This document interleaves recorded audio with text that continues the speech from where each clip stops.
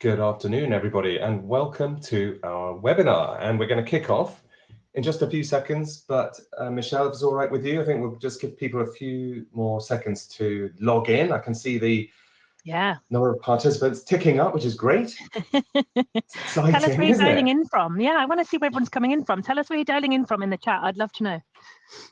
Exactly, yeah. So, yep, if you've just joined, we're just going to wait a few more seconds. So if you have a look at the chat tool on the bottom right-hand corner, that's where it is on my screen anyway. Do please say where I'm loving all of this. Look at this. Oh, yeah, that's great. All over the place. Oh, my word. Leslie, you're right near me. Caution. How funny is that? Awesome. I love this. I love this. This is very cool. Very cool. It's really cool, isn't it? Cambridgeshire, Leicestershire, Southampton. Is there no one from Tufnell Park in London? I feel a bit come left on. out. I can't see any. Oh, there we go. Thanks, Danny. It's brilliant. Oh, we've got South Africa as well. Hi, John. That's awesome. Oh, that's that is amazing. very cool. And that means we can say we're international now, right? We're like a global live. Exactly. Yeah, that's really exciting. Love this. Love this. And the furthest north, perhaps Aberdeen, I think. So we've got, we're covering many sort of degrees of latitude, longitude, whatever it is. I can't remember. Love it. Love it. Oh, Romania as well. Karina, hi. Romania and Serbia. Wow, brilliant. Oh, wow. This is very cool. Welcome. That's really cool. Okay, well, look, Michelle, what do you think? Should we make a start? Yes, ready when you are, yeah. Okay, brilliant. Well, welcome everybody, and it's really delightful to have everyone here, and also to have my guest Michelle Hartley for this webinar as well. And Michelle, I'll ask you to introduce yourself in just a second, if that's all right. But we're here to talk about the 9-box grid, which attracts all sorts of opinions. As an introduction to myself, so I am the founder of Appraised, which, if you don't know about it, is an online employee performance management system. And in Appraised, we have various forms of 9-box grids and other sorts of grids and all sorts of ways of thinking about your employees and their future and their potential and your talent and so on. We've got lots of different options. Obviously, a lot of people go for the kind of standard performance potential 9-box grid, which is what we're going to talk about and more today. But I set up Appraised about 12 or 13 years ago. And the aim was to try and put the value back into performance reviews for employees and managers, because I felt like at the time they'd sort of lost their way a little bit. They were always, I think, sort of the old appraisal was always set up with good intentions. It was always meant to be something that the employees would find useful, managers would find useful, but sort of got lost its way. And then we had this whole concept of continuous performance management, which absolutely is how it should be and how we should have been all along. And so, yeah, I wanted to create a tool that would make employees and managers really value the process, get something useful out of it. And ultimately, what I want is employees and managers really trying to get the best out of each other and understanding each other and having great kind of productive relationships. So that's me, that's Appraised. And if anyone would like to know more about Appraised, please do get in touch with me later. We'll send all the chats and so on. But enough about me. Michelle, how about you? Can you introduce yourself? And also, please can you tell us your wonderful kind of tagline, which I think is absolutely brilliant. Thank you very much. Yeah, so the short summary, which is also my tagline, is I transform HR teams from beige to brilliant. So I spent a long time in an HR career in corporate roles and found that I was basically masking myself constantly, aging myself up constantly to try and fit into corporate molds. And it was only after I burned out that I realized that my energy was being wasted on kind of creating this beige face, and it wasn't me. So that was when People Sorted began. So we work with individuals and organizations on things like team building, away days, insights discovery, coaching, and a Find Your Awesome business partner program, which I love to deliver and brings me great joy. Interestingly, today we were talking about succession talent. So we did have a little debate today about the 9-box pre this session. So that was quite cool. Okay, cool. I hope you're going to share some of the things that you've heard in due course. Okay, well, look, let's kick off. Now, this is what we're going to cover. Okay, so we're going to talk about the classic kind of 9-box grid. We can perhaps share some stories that you've heard, Michelle, around that. And then your suggestion for rethinking it as well. So we've got there, thinking about behaviors and company values as well, and how we can sort of bring those to life as well as part of this, which I think is really important. Now, this was going to be a podcast episode, and you and I were just going to chat, and it would go out over Spotify and so on, but we decided to make this a webinar because we had a lot of call for this, and I think it'd be interesting to hear about some of the comments that you had on your post when you posted this out there. Just interesting to hear how people think about the 9-box grid and how it divides opinion. But I think one of the things that we're going to do is, because this was going to be a podcast, I don't know how comfortable you feel about this, Michelle. I feel extremely uncomfortable because after this slide, there are no more slides.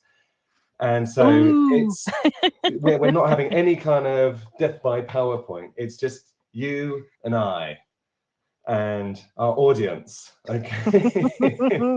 We've totally I think got it's this. good. We need to throw away the crutches and get down to it.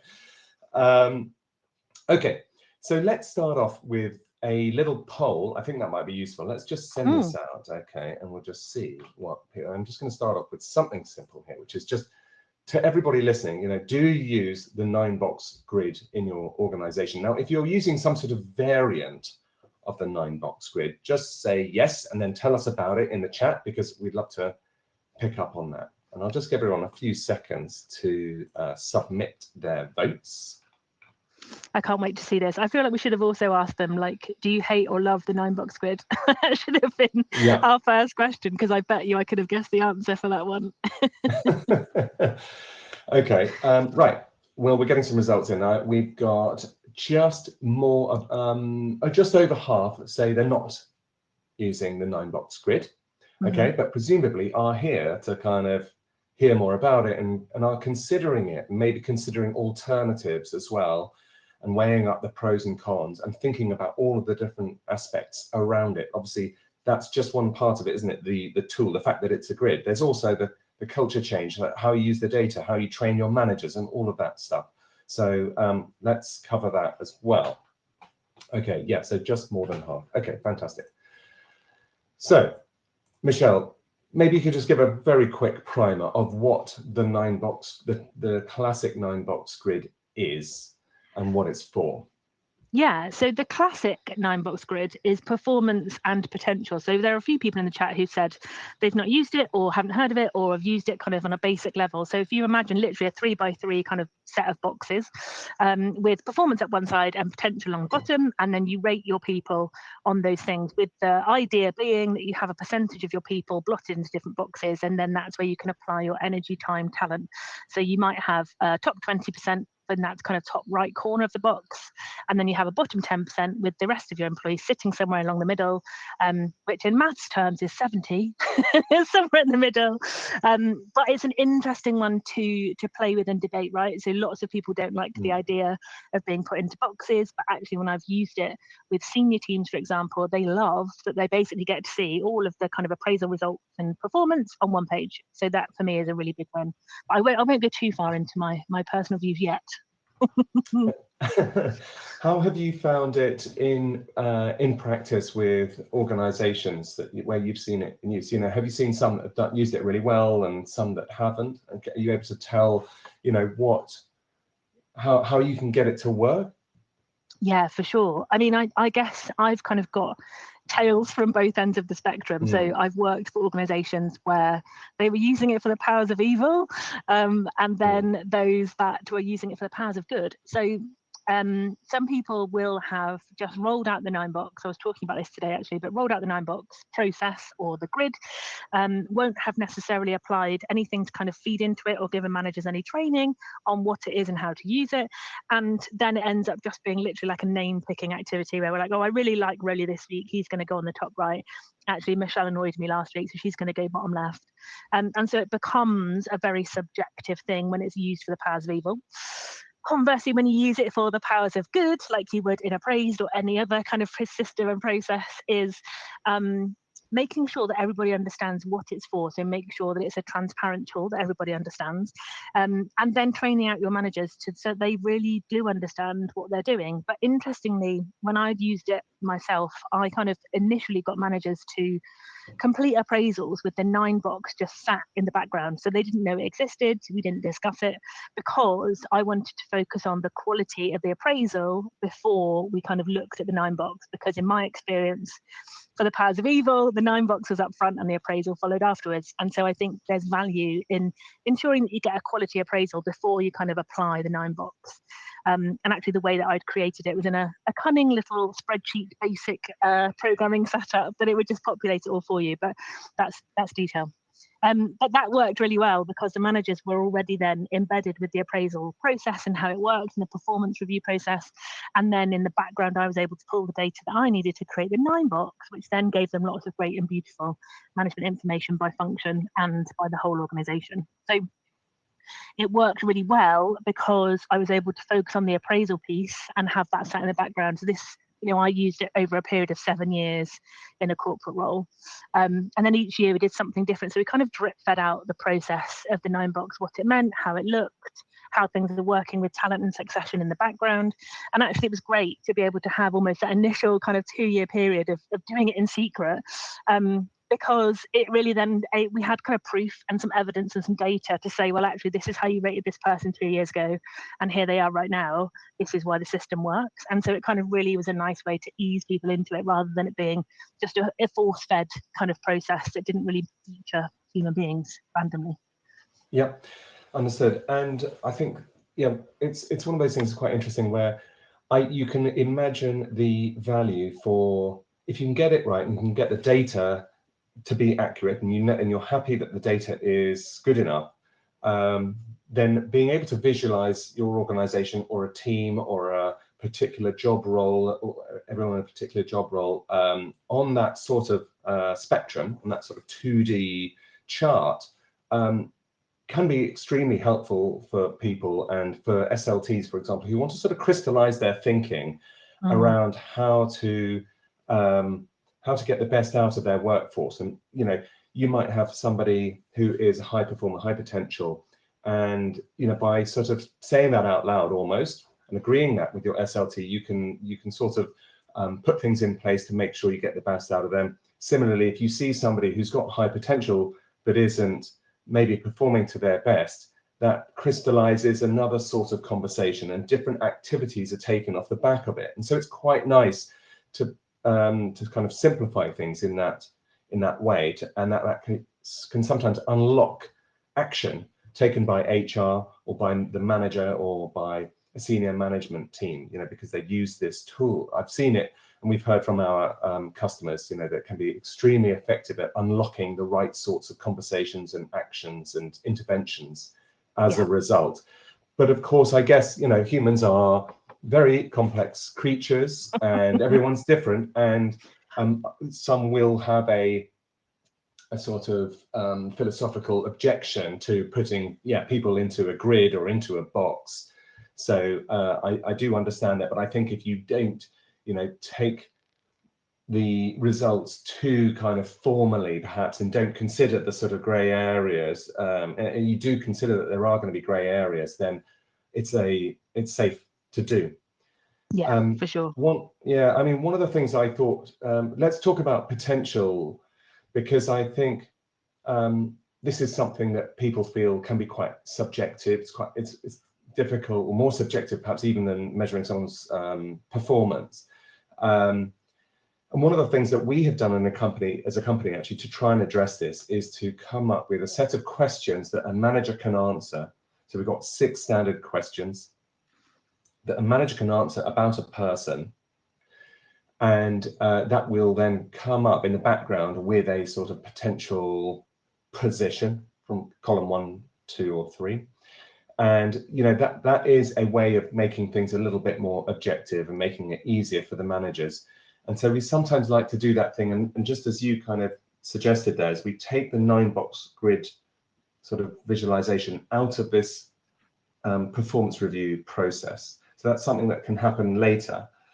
And we focus on the conversation and make sure that you're having a really good reflective conversation of what's happened over the last 6 months, the last 12 months, and make bigger plans for the future as well. But then the data from that can then go into this kind of succession planning and talent planning analysis as a separate process, which I think works quite well. And then the other thing I was going to mention is also that what we are encouraging our customers to do is to move away from just a kind of big annual appraisal where you try to remember everything that's happened over the last 12 months. It's impossible, really, and by having regular one-to-ones, giving and receiving feedback and recognition all the time throughout the year, through our Teams app, for example, that can all be then drawn into the year-end review, making it really easy to have a discussion and an accurate reflection over the last 6 months or over the last 12 months. And therefore, that makes that kind of whole conversation a lot easier around performance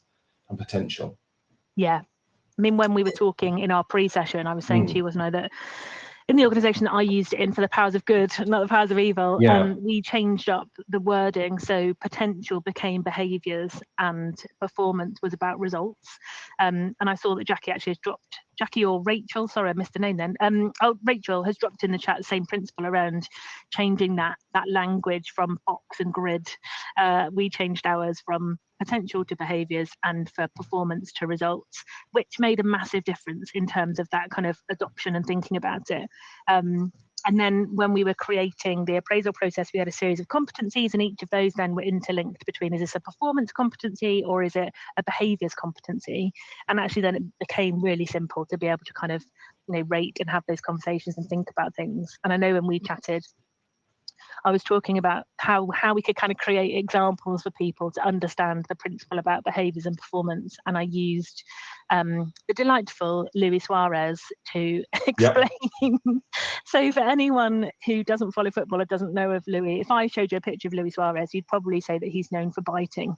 And that was the perfect example because he was the best scorer in 2013. He played for Liverpool at the time. Best scorer for Liverpool, highest scorer, greatest number of goals, and is this amazing footballer. But the challenge with him was he bit people on the field and in the game. So there was a massive challenge about the right behaviours. And I remember at the time when it happened, my hubs is a big Liverpool fan. I remember saying to him, like, oh my God, this is like HR in the news. This is real. Like, they can't continue to play him now. Like, how do you have a player on the field who bites people? How do you do that? And of course, because it's football, he did get to play again. But it was a really interesting analogy to use when I was thinking about performance and behaviour, because actually Luis Suarez would score high on performance but low on behaviour because he bites people. And actually what we wanted was someone who's high on performance and high on the right behaviours. So it became very clear to our managers very quickly about where it was important that we have to have both. And so I think that's where that focus, that training, giving people the right understanding of the process and how you're using it can be massive. So yeah, Luis Suarez shall forever live in my head rent free now.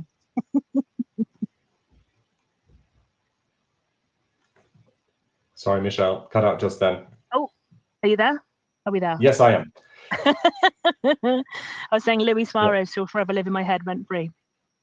Yes, and tell us about, so I really like this idea of performance and behavior, because behavior is perhaps something that you can more objectively measure. You've got some standards, sometimes also known as values, and you can look at them and say, well, look, you just simply weren't doing this or haven't been doing this, or you are brilliant at this, you do this all the time, other people emulate you. Can we just talk about Luis Suarez, perhaps, or someone else, or an imaginary figure? But what is the problem with someone who performs well but scores low on the behavior front? If they're making loads of sales, does it matter?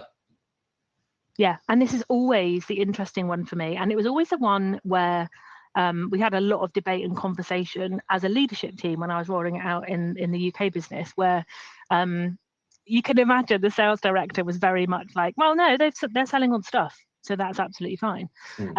But the reality was they weren't then a team player. And we had a prime example in the organization at the time who I was able to kind of point at and say, well, look, this person here has done this in isolation, not thought about how it might impact the rest of the organization.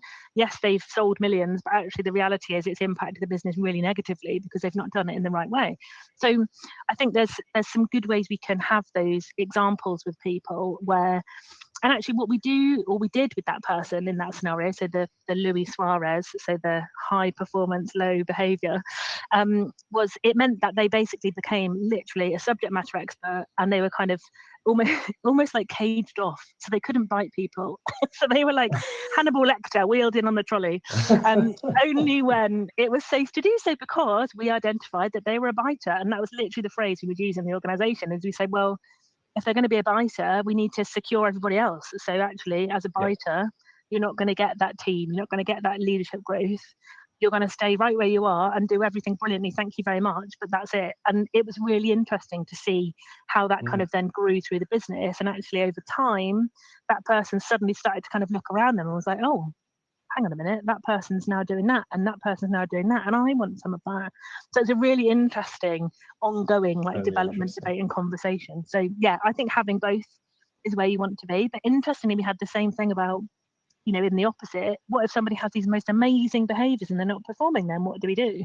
And it's the same conversation in reverse, isn't it? Actually, you just need to nudge them into performance. But almost that was easier because performance is much more tangible and easy to measure, right? And behaviors or values feel a bit softer and a bit scarier and a bit more personal. So yeah, it's a really interesting debate.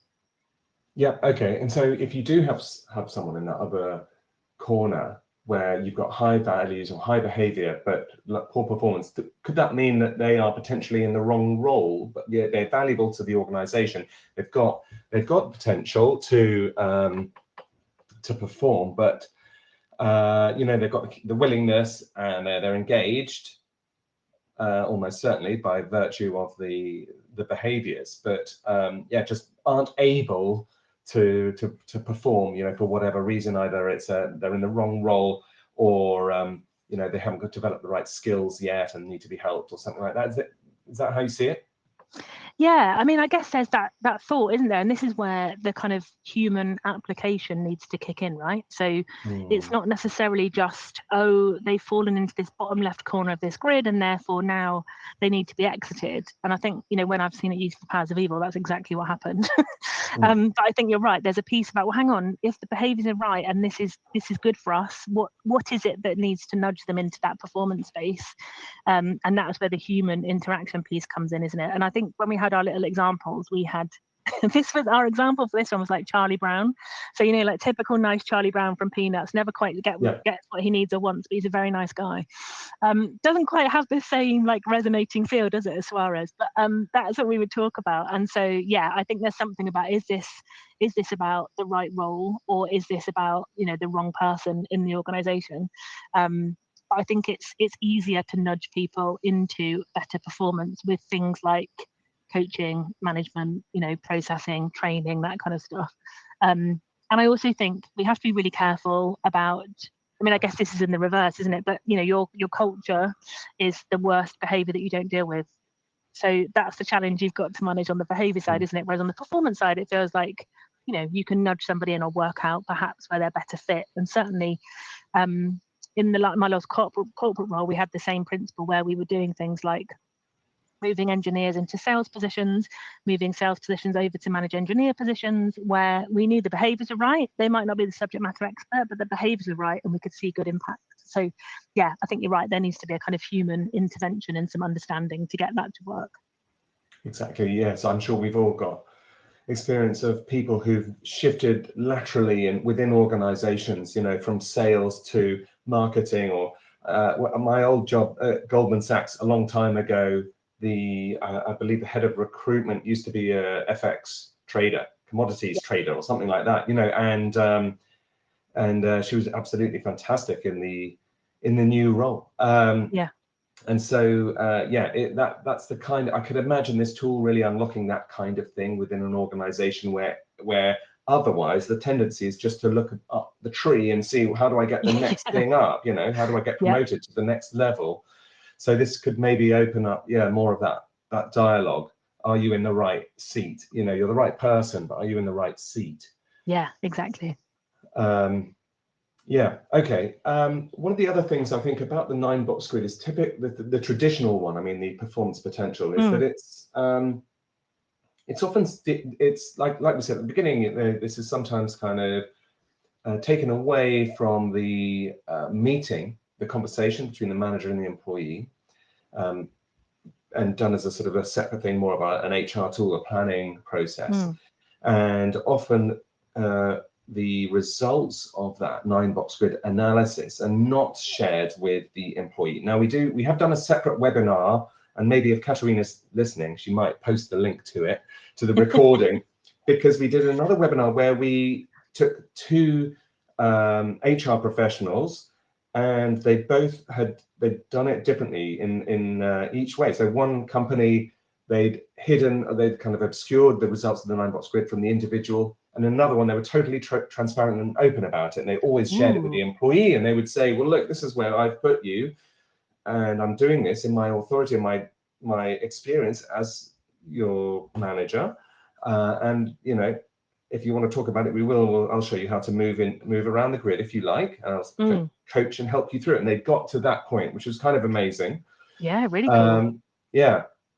But I wonder, with your approach of performance and behavior, whether this is something that's less not controversial, but less or is easier to share with the employee. You know, do you think that it's something that would you be more comfortable having that conversation with an employee, saying, look, on the behavior side of things, this is where I put you? Yeah, absolutely. And I think that's where we came to with the language that we chose around it being behavior, not potential, because I think people get really emotive, don't they, about a particular word, and there's a real connection to the thought of potential. So we went with the behavior side because it felt like it was easier to be able to understand it, score it, measure it, and track it through the organization. And actually it's still got us the same principle, the same outcome that we wanted. So that kind of renaming really helped us in the organization have those conversations. And it made it easier to socialize in the wider organization again. So it made, you know, people feel very comfortable about what we're doing with the behavior assessment and things like that. So I think it works really well. Exactly. And there's some comments to support this as well. So if anyone listening hasn't looked at the chat yet, do have a look. Joe Woods, for example, highlights that, of course, with the behaviors, you could ask people to do reflection on them beforehand, and hopefully then you are aligned with you, the manager and the employer are aligned, and you can make a kind of fairly obvious positioning there. Let's move on, and we've sort of mentioned values, but what's your experience of using values of the organization as well? And can that how do values tie into behaviors?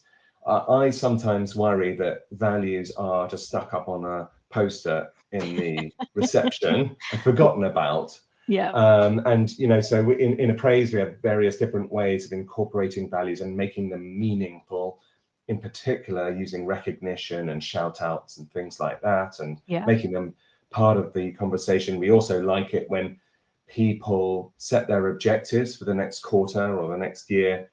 We sometimes ask them to think about how they're going to do this, not just what are the actions and milestones, but what are the conversations they're going to how they're going to treat people, how they, in order to be successful.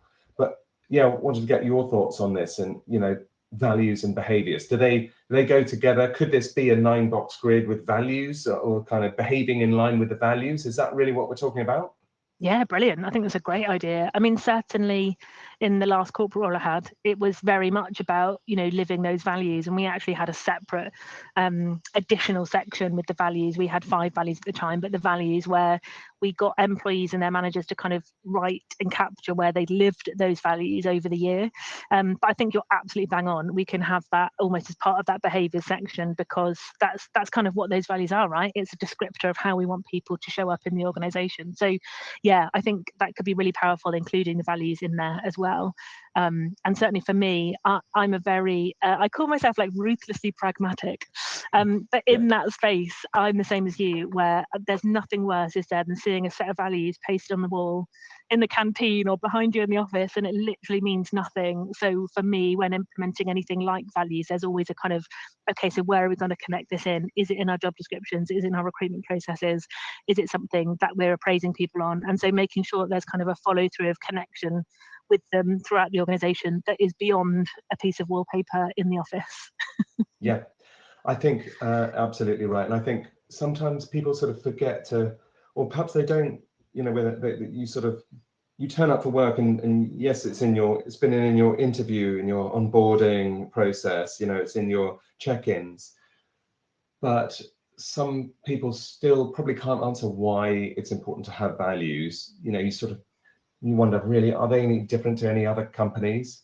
You know, and I think we could do better in HR perhaps at selling the concept of values and the business value behind it. And, you know, for me, it's like what you were saying earlier, values are about delivering your work, doing your work, conducting yourself in a way that is sustainable for a long period of time. You know, if you go around doing your work, making your sales or whatever it is you do, engineering stuff, in a way that, you know, is using behaviors that are not in line with other people's values, you're going to cause trouble. And people are going to feel uncomfortable. And, you know, people are going to be confused about how to behave and what they can expect. They're not going to feel particularly sort of safe to express themselves. And these are the risks of not having values that are understood by everybody and you know, it being communicated well. And I just think, you know, quite often, a lot of people, their only experience of the values is they see them in the appraisal, maybe they see them on the wall. They don't really know why bother having them there. And there's some great comments here as well about the values as well. I'm loving this audience, by the way. They are fantastic. The engagement is absolutely amazing. I'm watching it all with one eye. Like, it's brilliant to see it all. And I'm the same as Alison, who said we use values really strongly in the hiring process. I think that was huge for me. And now when I work with clients and we talk about their values, you know, some of the things I'm always talking to them about is, okay, well, where is that shown then? How will I know that this value is something that's in your organization? And there's always that, like, somebody has integrity, don't they? Someone has trust. I'm like, oh, for God's sake, like, be a bit more creative and think about how that's lived in your organization. So it's certainly something that comes across really strongly with me in terms of how I work with organizations, for sure. Because it needs to be meaningful. Otherwise, you may as well just scoop up a load of people from your local supermarket and they could work for you, right? It doesn't, if you don't have values and you don't believe in them, it doesn't matter. So it doesn't matter who you hire and how you hire them if you have values that are just wallpaper. Go to Sainsbury's and collect some people on the checkout. And I think, you know, speak to any kind of senior business leader or senior HR person, and they will be able to articulate this very clearly. It's just, I think sometimes you get new managers, you know, who haven't necessarily heard this before, and, you know, they need to have it explained, you know, why these values are so important and how to use them in interviews and check-ins and even, like I said, setting objectives for the next 3 months. You know, you by all means set out your targets and measurables and, you know, all of that stuff. But it's also worth at the same time in that conversation thinking about, okay, what's it going to be like achieving this with so and so? How are you gonna get that person to buy in? You know, what could go wrong? Who might feel a bit unsettled by this, and how can you deal with it? You know, those are all the sort of often unspoken things that actually become big obstacles in people getting their work done. Yeah, and I think we miss. I know. I'm sure you talk about this a lot. I certainly do. But I think we miss a trick as HR humans in socializing things with managers. I think because we're so embedded in it, in that change curve process, we're kind of already off the curve and onto the next one by the time the poor managers are joining that change curve. So I think we miss a trick around, you know, really socializing it, really embedding it, really getting them to understand what it means and why we have it. And I think when we do that and we invest that time and energy up front, we see a better result with the managers towards the towards the implementation phase and how they live it. I think that's the key, is you want to create ambassadors in your managers. And I think actually what we do is we end up creating people that just parrot what we say, and that isn't an ambassador. So I think there's something about spending some time with them on that. Absolutely. So could you tell us a little bit more about some of the work that you've done around this kind of culture change through values and through behavior? And the beige to brilliant. Yeah, I mean, I guess that's now like my life's mantra. I also use bland to grand as well, because some people don't like beige to brilliant. The principle is really as I see my role and HR's role in general terms, I genuinely see our role is connection and translation. So our job is to connect people to careers, leaders to their teams to the business plan to the employees. And so we have to do this connection piece. But within that, we also have to do this translation bit of, okay, here's these great and lofty values, but actually in our organization, this is what it means. Or here are these great and lofty values in this team, it looks like this. And I think we have to do a lot of kind of thinking about what that looks like. And certainly when I work with clients to move them from beige to brilliant, one of the things I always get them to do is, if I'm working with a leadership team, for example, is a really easy activity to do, and I'm conscious we've got HR audience, so they might like this. A really easy activity I get them to do is to bring an item that really lives the value for them, that is really kind of descriptive of the value. And it's fantastic to see all of the different things that people bring and all the stories you get out of it. And then, of course, as we're creating the values or the behaviors that go alongside them, suddenly then we've got this great story to tell, or we've got an image that really sticks in our head. I mean, we had one leader that I worked with who brought like an Eddie Stobart truck. Because to him that was the pinnacle of great service. they weren't a trucking company either, but that was the kind of principle about the thing that he brought that really symbolized that value for him, was an Eddie Stobart truck. But I love that, and I'll never forget that. That's in my head. When we talked about it in our last organization, we had a whole story about particular types of vacuum cleaners. We weren't a vacuum cleaner company, but there was a story about the service of this manager that he got when he bought a vacuum cleaner, and it became, that story for that value. And I think there's power in, creating that storytelling space. If you really want the stuff to stick with people, create the story around it, make it meaningful, make it memorable, and really get people into that. And I love that Claire's put in Lego Serious Play. Claire, that is my most favorite activity to run, is Lego Serious Play. So yes, I am so with you on that. So Lego Serious Play, if you haven't had a play with it, is using Lego to create your organizational strategy. It's the coolest thing ever. It's very cool. So yeah, use some Lego too. Fantastic. So aside from Lego, we are a tech company, obviously. We have a tech product. I like to think that's not just it. We are here to kind of transform that manager-employee relationship. That's the purpose of the tech. But I'm just wondering what you have seen as the role of technology in culture change and behaviors and values. Have you found it to be supportive or anything? I think no one's going to say that the tech can just do it all for you. If only. Yeah, if only. That would be nice, wouldn't it? Just press a button. What's your experience in using tech and tools to help support what you've been doing? I think tech is great in that sense. So we've, interestingly, with my community, so I've got a community called the HR Geek Squad. And interestingly, this year, we've just brought in some tech to help me kind of manage the function of the HR Geek Squad, because it's just got out of control. If you know the Geek Squad, we are a feral bunch. But the use of tech in that has been really powerful for us. So we've got a couple of bits of tech that we use. So one, we use Hula, for example, as our kind of essentially like a SharePoint service. But within that, we've got Kudos. So within that, we can recognize each other and kind of use that to kind of drive the right behaviors, the right things, keep positive affirmation kind of stuff going. And that can be really, really powerful. And I think, interestingly, I do the same at my event that I run. We have something called Geekitude, where we can use tech to send over some little bits of like geek gratitude to people who've, you know, made a beautiful space in their day for you, or was a great speaker, or you really like meeting them. And so I think tech can be really powerful for creating connection where perhaps there wouldn't have been any, or particularly in kind of remotely dispersed teams. I think tech is fantastic for that. And kind of creating connection, right? That's the point of tech. I mean, even if you look at LinkedIn, now they've got games on LinkedIn, but the principle of games on LinkedIn, aside from keeping on the app all day, is that it creates connection, because you get to see how your network is playing the game. Oh, so-and-so only got that in like 5 seconds, and so-and-so got that in 10. That's awesome.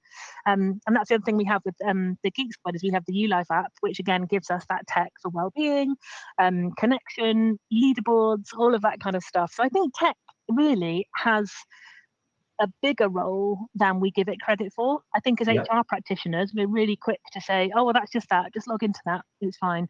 But the reality is, if you live it properly, tech can be a massive game changer. I mean, even we had like a behavioral driving app in my last corporate, which was hilarious for the wrong reasons.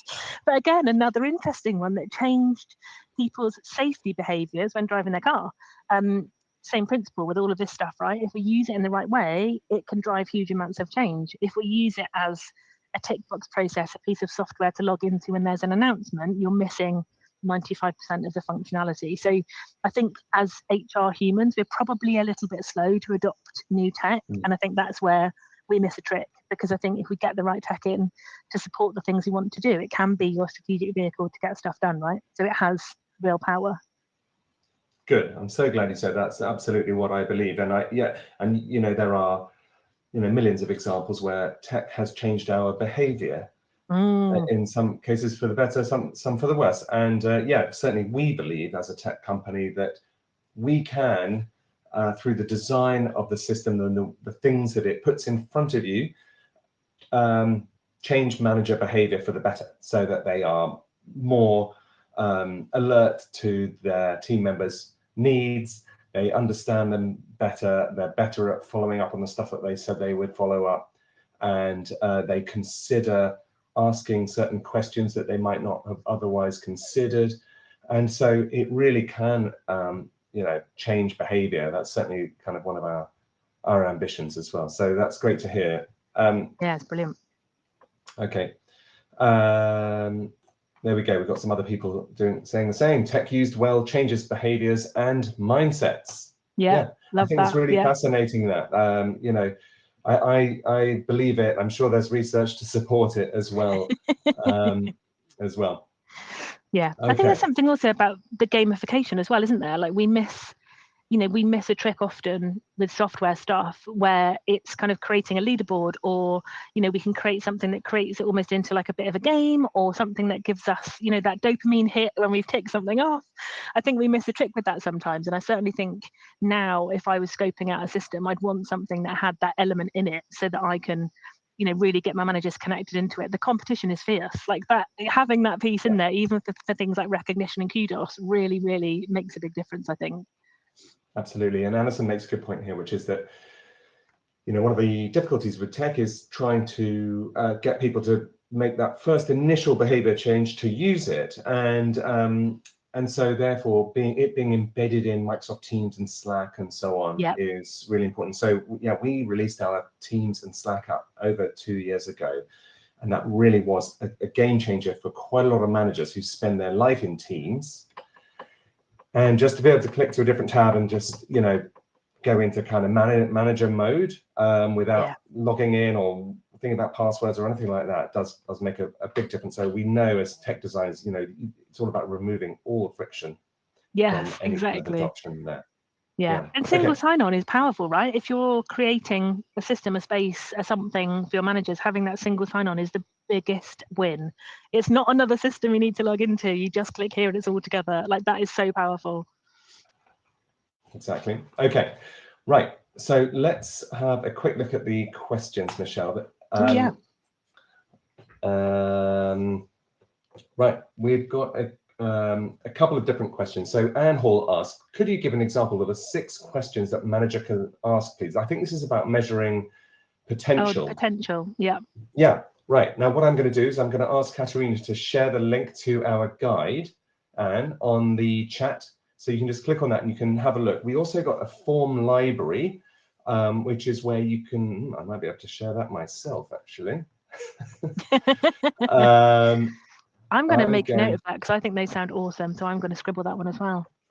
Okay, so I'm, in case other people listening can't see this, I'm now looking at the questions tab, and there's a question there from Anne Hall, and I've replied there with an answer which is our appraised form library. Now, if you go to the form library, you'll see that there's an area there on succession and talent development, and in it you will see our 6 potential questions that managers can use that will then, in our system at least, obviously you can use this offline if you want, but in our answer those things, and it will give you a sort of score basically that will put that person into the grid. So Brilliant. do go and have a look at that. Another question here from Jamie, which is what happens if you've got the kind of 9-box grid and actually you took out the middle column and the middle row, and someone else on the chat actually asked the same kind of thing. Well, said, well, actually we just use a 4-box grid. Yeah.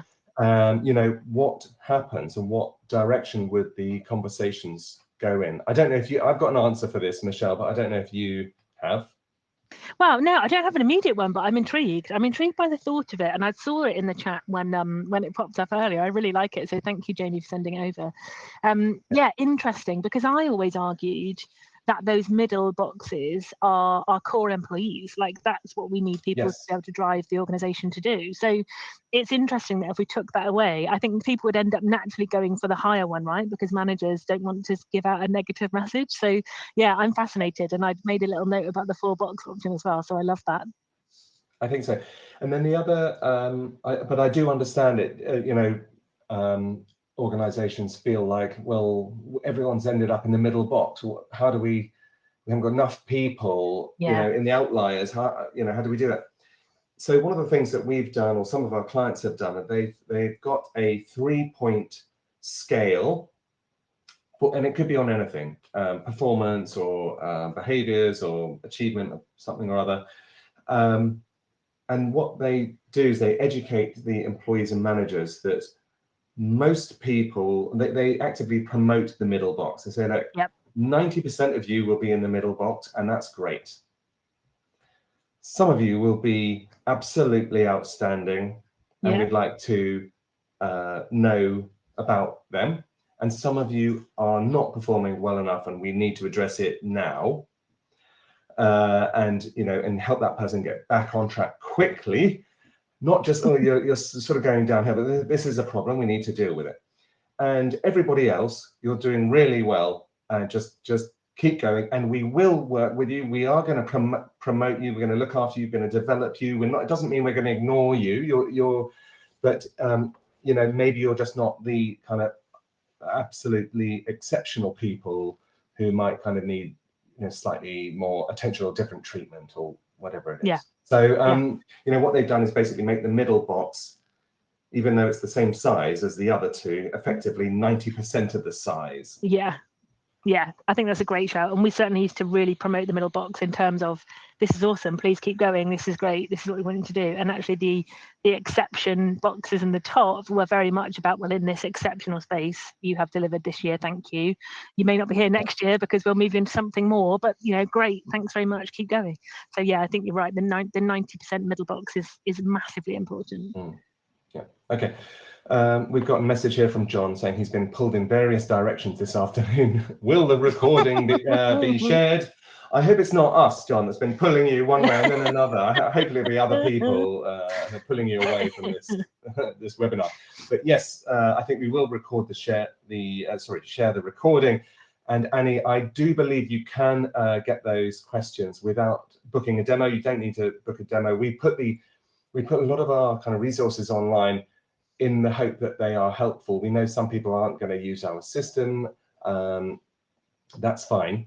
We just want to be helpful. We want to be thought of as helpful people, so that hopefully one day you'll tell somebody else that we are helpful people. We're just good people. Okay, brilliant. I think that's probably everything we've got time for. Michelle, any other closing remarks? No, do you know what? I've just loved it. I'm really, really Good. pleased about how engaged everybody's been. So if we didn't get back to anything you said in the chat, please drop us a message or drop me a message on LinkedIn if you want. I think it's been a brilliant session. I've really enjoyed it. And a bit like you, really, probably, I could talk about this for days. So thank you for having me on. I really appreciate it. It's been an absolute pleasure. And yeah, so we'll share your contact details by email. But yeah, LinkedIn obviously is always good, and that goes for me as well. I'm always very happy to connect to everyone on these webinars over LinkedIn, take any questions or thoughts or anything like that. And I'd love to follow you back as well and see what everyone else is up to, because you know, we need to learn from what's happening, what our HR professionals are doing. Exactly that. Fantastic. Okay, thank you everybody for joining, and Michelle, thanks again to you, and I shall speak to you soon. Thank you. Loved it. Thanks a lot. Bye. Bye.